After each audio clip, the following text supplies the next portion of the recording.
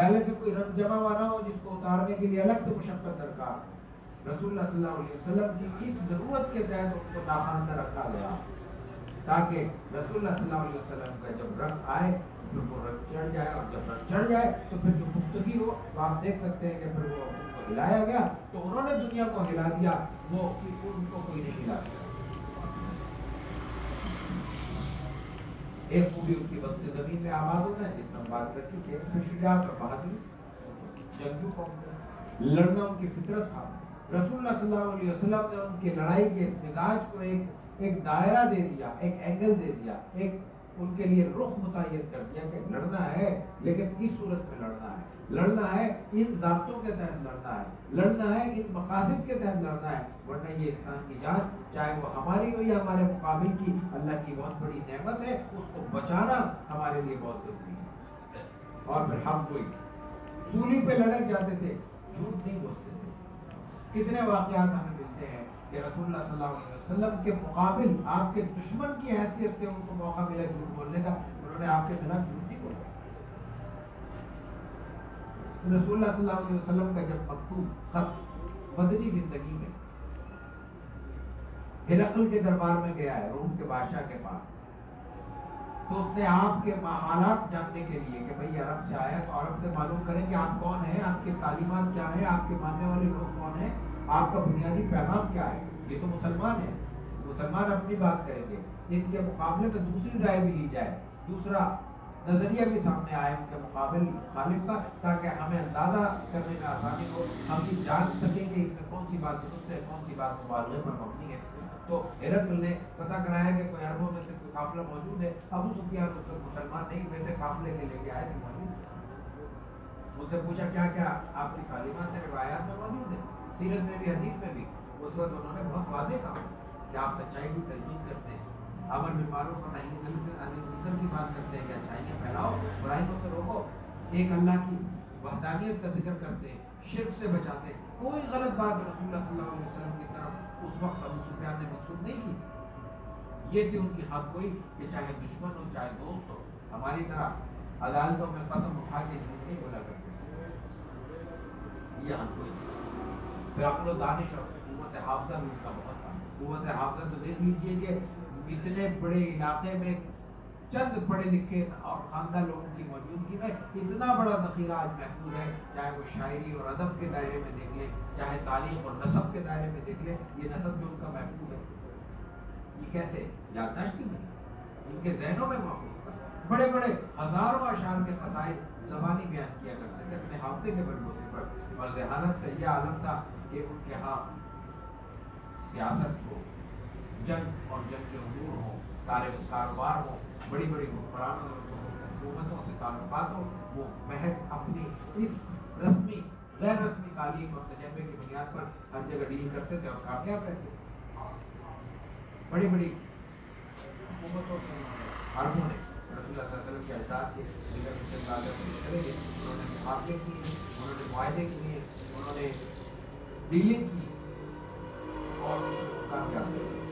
اسی کے ساتھ ساتھ ادبی صلاحیت سے اللہ کا پیغام پہنچانا اور کوئی آسان کام نہیں ہے, اور کوئی یک رخ قسم کی صلاحیتوں کا بھی یہ ضروری نہیں, لازمی نہیں ہے, بلکہ اس کے لیے ہمہ جہت قسم کی صلاحیتیں درکار. کافی نہیں ہے کہ صرف انسان چند باتوں سے آشنا ہو اور وہ یہ عمل کر دے.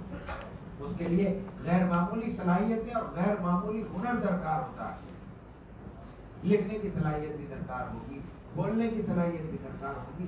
اچھی گفتگو کرنے والا اچھا داعی بنے گا, اچھا لکھنے والا اللہ کا پیغام اچھا طرح سے پیش کر سکتا ہے. تو اس میں ادبی صلاحیتیں بھی ناگزیر کی, ادب سے بھی وہ آشنا تھے. اور ادب سے آشنائی کا عالم تو یہ تھا کہ ان کے ہاں اگر ان کے علاوہ لوگ تھے تو ان کو وہ اجمی کہتے تھے. بولنا نہیں آتا, ان کی اپنی زبان ہے, اپنا کلچر ہے, اپنی تہذیب ہے, وہ ان کی نظر میں صفر ہے. ہم عرب ہیں, باقی سب عجم ہیں, ہمارے مقابلے میں کوئی بولنے والا نہیں. یہ ان کی خوبی تھی. اور اس کے ساتھ ان میں یہ خوبی تھی سخاوت و فیاضی. کوئی بھی بڑی تحریک ہاتھ کو کشادہ کیے بغیر نہیں چلتی. کوئی بھی بڑا کام اپنی جیب کو ہلکا کیے بغیر نہیں ہو سکتا. رسول اللہ صلی اللہ علیہ وسلم کو ایسے ہی افراد درکار تھے جو اللہ کے راستے میں سب کچھ لٹا دینے کا جذبہ رکھتے ہوں. اس لیے رسول اللہ صلی اللہ علیہ وسلم کو اس قوم میں مبعوث کیا گیا. اور پھر ایک غلط فہمی اور ہے, وہ غلط فہمی یہ ہے کہ عربوں کیا کوئی نظام نہیں, سسٹم نہیں کرتے. یہ غلط فہمی ہے. عربوں کے ہاں اس انداز کا سسٹم نہیں تھا جس انداز کے اس زمانے میں کسرا کی حکمرانی تھی یا قیصر کی حکمرانی تھی, یہ بات درست ہے. لیکن اس کا مفہوم یہ نہیں ہے کہ وہ بالکل ہر طرح کے نظام سے عاری تھے. اسی کے بارے میں آتا ہے کہ انہوں نے قریش کو حرم کے اندر جمع کیا اور اس کے بعد یہ کہا کہ تم اس کو اپنی قوم, اپنے قبیلے کو, کہ حرم کے گرد اپنے گھر بناؤ اور اپنے آپ کو یکجا کرو. یہ اب کیا صلاحیت کی بات نہیں تھی؟ کیا یہ ذہانت کی بات نہیں تھی؟ کیا یہ نظام کی بات نہیں تھی کہ انہوں نے بکھری ہوئی قوم کو خانہ کعبہ کی رونق کے ساتھ منسلک کر کے اس کے چاروں طرف ان کو آباد کیا, اور پھر آباد کرنے کے بعد انہوں نے کہا کہ ان میں مختلف ذمہ داریوں کو اپنے آپ میں تقسیم کر دو, اور اس ذمہ داری کو تقسیم کر کے پھر انہوں نے اس پورے مکے کی ریاست کو اپنے نام کر لیا اور انہوں نے وہاں پہ اپنا اقتدار قائم کیا. رسول اللہ صلی اللہ علیہ وسلم کے زمانے میں بھی مختلف اقوام و قبائل میں, عربوں کے قریش کے قبائل میں مختلف ذمہ داریاں تقسیم تھیں, جن کی تفصیل میں ہمیں معلوم ہوتا ہے کہ سقایا اور عمارہ یعنی پانی پلانا اور بیت اللہ کی حفاظت اور اس کی عمارت اور خانہ کعبہ کا انتظام بنو ہاشم میں عباس بن عبد المطلب کے پاس تھا, رفادہ بن نوفل میں حارث بن عامر کے پاس تھا, سدانہ یعنی خلیج برداری بیت اللہ کی یہ اور ندوہ بنو عبداللہ میں عثمان بن طلحہ کے پاس تھا, اور وہیں انہیں کے خاندان میں آج تک چلا آ رہا ہے. ایثار یعنی اس وقت یہ بھی ایک ذمہ داری تھی کہ بتوں سے استخارہ کون کرے گا. بتوں کے سامنے وہ مختلف شکلوں میں تیر ڈال دیا کرتے تھے اور اس سے وہ استخارہ کیا کرتے تھے. یہ نظام بنو جمعہ میں سے صفوان کے پاس تھا. اموال مہاجرہ میں بتوں کو جو نذرانے پیش کیے جاتے تھے اور مختلف مقدمات جو سامنے آتے تھے وہ بنو سام میں سے حارث بن قیس کے پاس تھا. مشاورت یہ ان کی ایک خوبی تھی, عرب معاملات میں باہم فیصلہ مشورے سے کیا کرتے تھے. یہ بھی پورے ڈپارٹمنٹ کا ایک عہدہ تھا. یہ بنو اسد میں سے یزید بن زمعہ کے پاس تھا. خون بہار مالی تاوان وغیرہ کو اشناف کہتے ہیں, وہ بنو تمیم میں ابو بکر صدیق رضی اللہ تعالیٰ عنہ کے پاس تھا. نقاب یعنی علم برداری قومی نشان بنو امیہ میں سے ابو سفیان کے پاس تھا. فوجی کیمپ کا نظام اور سواروں کو مینیج کرنا اور ان کی سپہ سالاری کا معاملہ بنو مخزوم میں خالد بن ولید کے پاس تھا, اور سفارت کا منصب حضرت عمر بن خطاب کے پاس تھا. یہ رسول اللہ صلی اللہ علیہ وسلم کے عہد کی بات ہو رہی ہے. یہ تمام ذمہ داریاں قصی نے اپنے اولاد میں اور اپنے قبیلے میں تقسیم کر کے مختلف قوموں کو ان ذمہ داریوں کا پابند قرار دیا تھا. یہ وہ خوبیاں تھیں جن کے بنیاد پر رسول اللہ صلی اللہ علیہ وسلم کو اللہ تعالیٰ نے یہاں پہ مبعوث کیا, اور مبعوث کرنے کے بعد ان خوبیوں کو اسلام کے لیے استعمال کیا, اور صحابہ کرام انہی خوبیوں کے ساتھ اسلام کے سالار بن گئے, اسلام کے داعی بن گئے, اسلام کے منصف بن گئے, اسلام کا حکمران بن گئے. ہم اس سے پہلے عربوں کا ذکر کرتے ہوئے حضرت اسماعیل کا اور ان کی آمد کا ذکر کر چکے ہیں. حضرت ابراہیم علی نبینا علیہ الصلوۃ والتسلیم, حضرت اسماعیل کو ان کی عمر بیان کی جاتی ہے, محض 2 برس کے تھے, بیت اللہ کے پاس چھوڑ کر اور ان کی والدہ کے ساتھ حضرت ہاجرہ کے ساتھ وہاں پہ ان کو چھوڑ کر واپس چلے گئے. اور جب انہوں نے پوچھا تو کہا کہ یہ اللہ کا حکم, اللہ کا حکم. آزمائش کی صورت میں حضرت ابراہیم کے پاس یہ آیا تھا, اور اس آزمائش پر وہ پورے ہوتے. حضرت اسماعیل اس وقت 2 سال کے تھے, 2 بچے تھے. ان کو مختلف ضرورتیں پیش آئیں. واقعہ بڑا تفصیلی ہے. ان کے قدم مبارک کی برکت سے اللہ تعالیٰ نے وہاں زمزم پیدا کر دیا. یہ پانی زندگی کی علامت ہے. دنیا بھر میں جتنی قومیں اور جتنی تہذیبیں گزشتہ ہزاروں برسوں سے, جب سے کائنات کا وقت شروع ہوا ہے, کائنات کی تاریخ معلوم ہے, اس کو سامنے رکھیں, پانی پر پیدا ہوئی. قومیں کہاں پیدا ہوتی ہیں, کہاں جمع ہوتی ہیں؟ پانی پر. تہذیبیں کہاں جنم لیتی ہیں؟ پانی کے کنارے. اور اگر پانی خشک ہو جائے تو وہ علاقہ بھی اجڑ جاتا ہے, وہ قومیں بھی اجڑ جاتی ہیں, وہ تہذیب بھی مٹی کا نشانی مل جاتی ہے, مٹی میں دفن ہو جاتی ہے. تو جب پانی آیا تو یہاں پہ پھر مختلف قومیں آباد ہونا شروع ہوئی. اور پھر بنو جرم جو اپنے اصلی وطن کے مطابق یمن سے تھے وہ یہاں پہ آئے اور انہوں نے جب پانی دیکھا، ضرورت زندگی مہیا دیکھی، تو انہوں نے حضرت حاجرہ سے یہاں آباد ہونے کی اجازت طلب کی، تو انہوں نے اجازت دے دی، یہاں قیام پذیر ہو گئے۔ جب دو قومیں آپس میں ملی تو ان میں رشتہ داری ہو گئی، حضرت اسماعیل کی شادی بنو جرم میں ہو گئی۔ وقت گزرنے کے ساتھ ساتھ بنو اسماعیل اور بنو جرم میں پھر رکاوٹیں، مخالفتیں، عداوتیں، لڑائیاں، اختلافات پیدا ہوئے، پھر اس میں لڑتے ہوئے ایک موقع پہ بنو جرم غالب آ گئے، بنو اسماعیل شکست کھا گئے۔ بنو جرم اس کے بعد ایک زمانے تک حکمرانی کرتے رہے، لیکن اس کے بعد پھر ان میں ایک خرابی پیدا ہوئی۔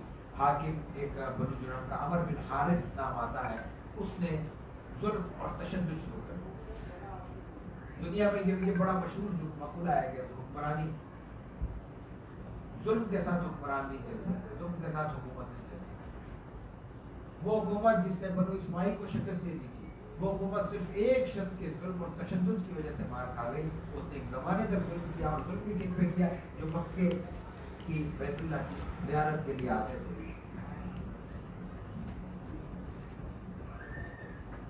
رفتہ رفتہ ظاہر کی یہ مخالفت ایک دن میں پیدا نہیں ہوتی، رفتہ رفتہ مخالفت شروع ہوئی، رفتہ رفتہ شدت آئی، اور پھر ایک وقت آیا کہ عرب قبائل اس کے خلاف کھڑے ہوئے، اور نہ صرف یہ کہ کھڑے ہوئے بلکہ اس کو مقابلے میں شکست دے کر وہاں سے فرار ہونے پر مجبور کر دیا۔ یہ وہ کمزور لمحہ تھا جب بنو جرم نے بیت اللہ چھوڑا، تو بیت اللہ میں موجود جو بھی ان کے پاس مال و دولت جو وہ ساتھ نہیں لے جا سکتے تھے، وہ تمام چیزیں انہوں نے زمزم کے کنویں میں دفن کر دی۔ کہا جاتا ہے اس میں ہرن کی 2 مورتیاں تھیں، حجر اسود تھے، حجر اسود تھا، کچھ ہتھیار تھے مرصع، یعنی جن میں سونا اور جواہرات لگے ہوئے تھے۔ یہ ہرن کی مورتیاں سونے کی بنی تھی، یہ تمام ان کو دفن کر کے انہوں نے پانی کا منہ بند کر دیا۔ یہ ہے وہ موقع جب زمزم ایک دفعہ کچھ مدت کے لیے زمین سے ختم ہو گیا، اور اس کو پاٹ کے اس کو ہموار کر کے وہ وہاں سے چلے گئے۔ اس کے بعد ایک زمانے تک یہ پانی موجود نہیں تھا اور بند رہا۔ زمانہ گزرتا گیا، مکہ مکرمہ کی سرداری مختلف قوموں میں، جیسے ہم نے قصی سے کہا، اس کے بعد مختلف قوموں میں جو مختلف افراد میں منتقل ہوتی ہوئی حضرت عبد المطلب تک پہنچی۔ عبد المطلب کو مختلف ذمہ داریاں اور مختلف صلاحیتیں اللہ تعالیٰ نے دی۔ ان کو ان کی سعادت تھی یا ان کے قسمت میں اللہ تعالیٰ نے یہ اعزاز لکھا تھا کہ وہ دوبارہ زمزم کو زندہ کریں۔ ان کو خواب میں بشارت ہوئی، اور اس کے بعد انہوں نے زمزم کی کھدائی شروع کی۔ وہی بات تقدس کی۔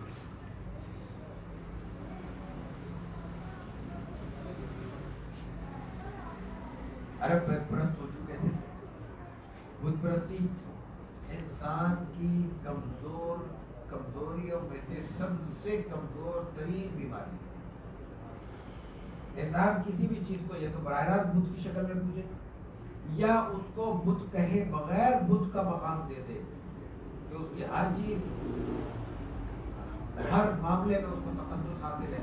انسانوں میں کوئی شخص اس قدر مقدس نہیں ہو سکتا، کسی سے بھی غلطی ہو سکتی ہے، کسی سے بھی کوتاہی ہو سکتی ہے۔ مسلمانوں کے عقیدے کے مطابق جناب رسول اللہ صلی اللہ علیہ وسلم آخری معصوم ہے۔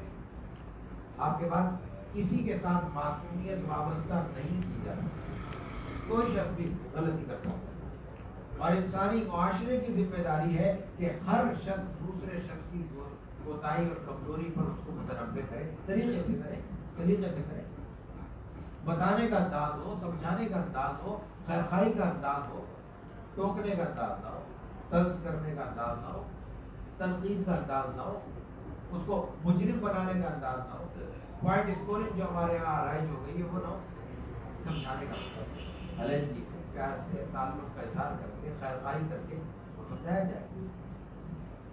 یہ جو تقدس کا درجہ ہے، یہ وہاں پہ جس جگہ کو زمزم کا مقام کہا جاتا تھا، اس لیے حاصل ہو گیا کہ وہاں پہ ان کے بت تھے، اور وہ بتوں کی عبادت کرتے تھے، پوجا کرتے تھے۔ حضرت عبد المطلب کو خواب میں دکھایا گیا کہ یہاں زمزم موجود ہے، اس کو کھولے۔ انہوں نے کھودنے کے عمل شروع کیا تو انہوں نے کہا یہاں تو بت رکھے ہوئے، یہ جگہ مقدس ہے، اس کو تو ہاتھ نہیں لگایا جا سکتا۔ عبد المطلب نے بہرحال اصرار کر کے اس کو کھدائی شروع کر دی اور بالآخر پانی نکالنے کا کامیاب ہو گئے۔ جب پانی آ گیا تو اب قریش آ گئے جو پہلے مخالفت کر رہے تھے۔ یہی ہوتا ہے، یہ بھی دنیا کا نظام ہے کہ محنت کوئی کرتا ہے، لیکن محنت کرنے کے بعد جب نتیجہ حاصل ہوتا ہے تو اس کا ثمر حاصل کرنے کے لیے لوگ کھڑے ہوتے ہیں۔ یہ دنیا کا نظام ہے۔ یہ سب چیزیں اللہ تعالیٰ سیرت طیبہ سے ہمیں سمجھا رہا ہے اور آنکھوں سے دکھا رہا ہے۔ تو انہوں نے کہا کہ اس میں ہماری شراکت ہے، یہ تو ہمارا ہے۔ عبد المطلب نے کہا یہ مجھے نعمت مجھے دی گئی ہے۔ تو ایک روایت یہ ملتی ہے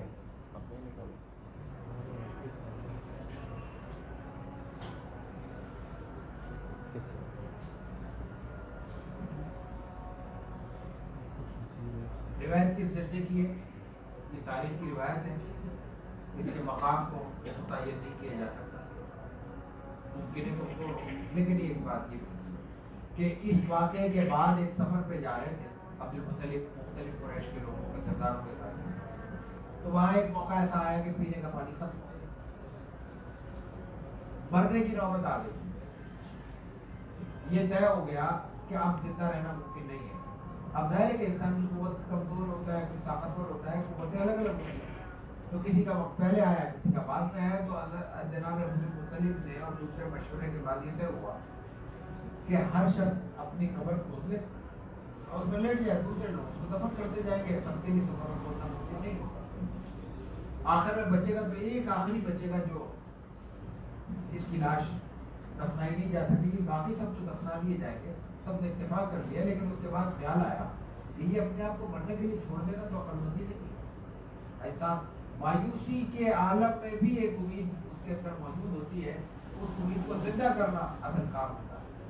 وہ امید کی کرن اللہ تعالیٰ نے جگائی اور اس کے بعد وہ دوبارہ اٹھے اور چلے، اور انہوں نے یہ کہا کہ ہم دوبارہ کوشش کرتے ہیں۔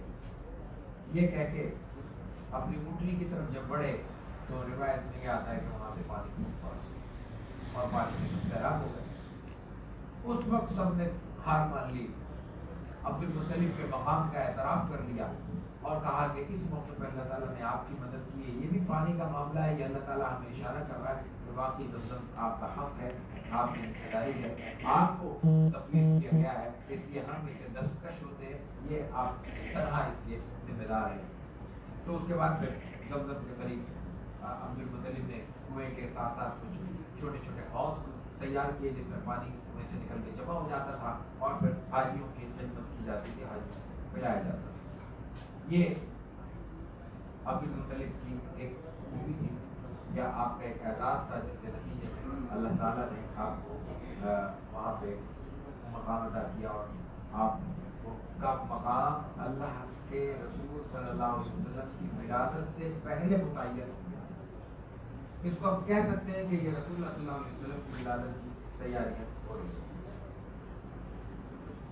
اس کے کچھ عرصے بعد جناب عبداللہ کا نکاح ہوا، نکاح کے بعد کچھ عرصے وہ رہ کر واپس چلے آئے اور اس کے بعد پھر وہ ایک تجارتی قافلے کے ساتھ شام گئے ہوئے تھے کہ وہاں بیمار پڑ گئے، بیماری سے واپسی پہ مدینہ منورہ ٹھہرنا پڑا اور وہیں پہ اس کا انتقال ہو گیا۔ بنو نجار مدینہ منورہ میں قیام پذیر تھے اور وہ جناب عبداللہ کا ننیال تھا، وہ وہاں پہ ٹھہرے تھے اپنے ننیال پہ، واپسی پہ وہیں پہ ان کا انتقال ہوا، وہیں ان سے تدفین ہوئی اور جناب عبداللہ کی قبر مبارک مدینہ منورہ میں مدفون تدفین ہے، بالکل قریب تھی،